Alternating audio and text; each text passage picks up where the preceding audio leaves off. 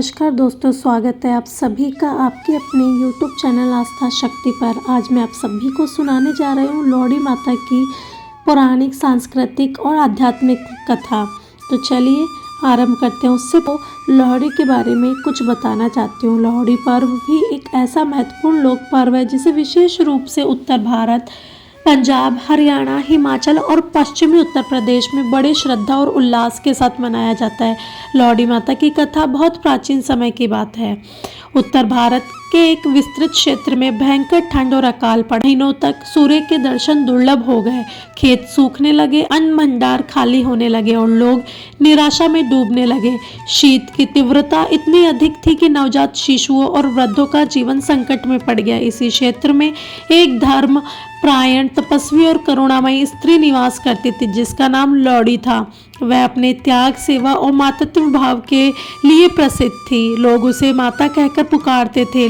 माता लोहड़ी को जन पीड़ा देखकर अत्यंत कष्ट हुआ। उन्होंने निश्चय किया कि वे मानवता की रक्षा के लिए कठोर तप करेगी। वे एक निर्जन स्थान पर गई और अग्नि को साक्षी मानकर तपस्या प्रारंभ की। दिन रात अग्नि के पास बैठकर वे मंत्रों का जाप करती और सूर्य देव से प्रार्थना करती कि वे पुनः अपनी ऊष्मा धरती को प्रदान करें। उनका तप इतना कठोर था कि उनके शरीर की ऊष्मा स्वयं अग्नि के समान हो गई। कहते हैं कि ठंड के बावजूद उनके चारों ओर गर्माहट बनी रहती थी। माता लोहड़ी की तपस्या से प्रसन्न होकर अग्निदेव स्वयं प्रकट हुए।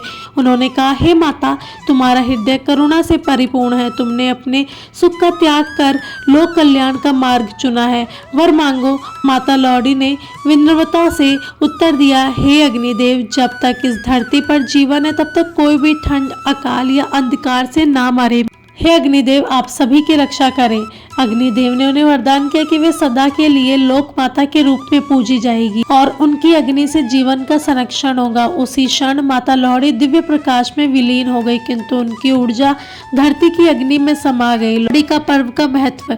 लोहड़ी का पर्व प्रतिवर्ष मकर संक्रांति से एक दिन पहले रात्रि को मनाया जाता है। यह समय शीत ऋतु के अंत और फसल पकने की शुरुआत का प्रतीक है। इस दिन अग्नि प्रज्वलित कर उसमें तिल, गुड़, मूंगफली, रेवड़ी, गन्ना आदि समर्पित किए जाते हैं। यह अग्नि केवल भौतिक आग नहीं बल्कि जीवन, उर्वरता और संरक्षण देवी लोहड़ी माता का प्रतीक है। लोहड़ी माता का स्वरूप। लोक मान्यता के अनुसार लोहड़ी माता अग्नि, उर्वरता और मातृत्व की देवी है।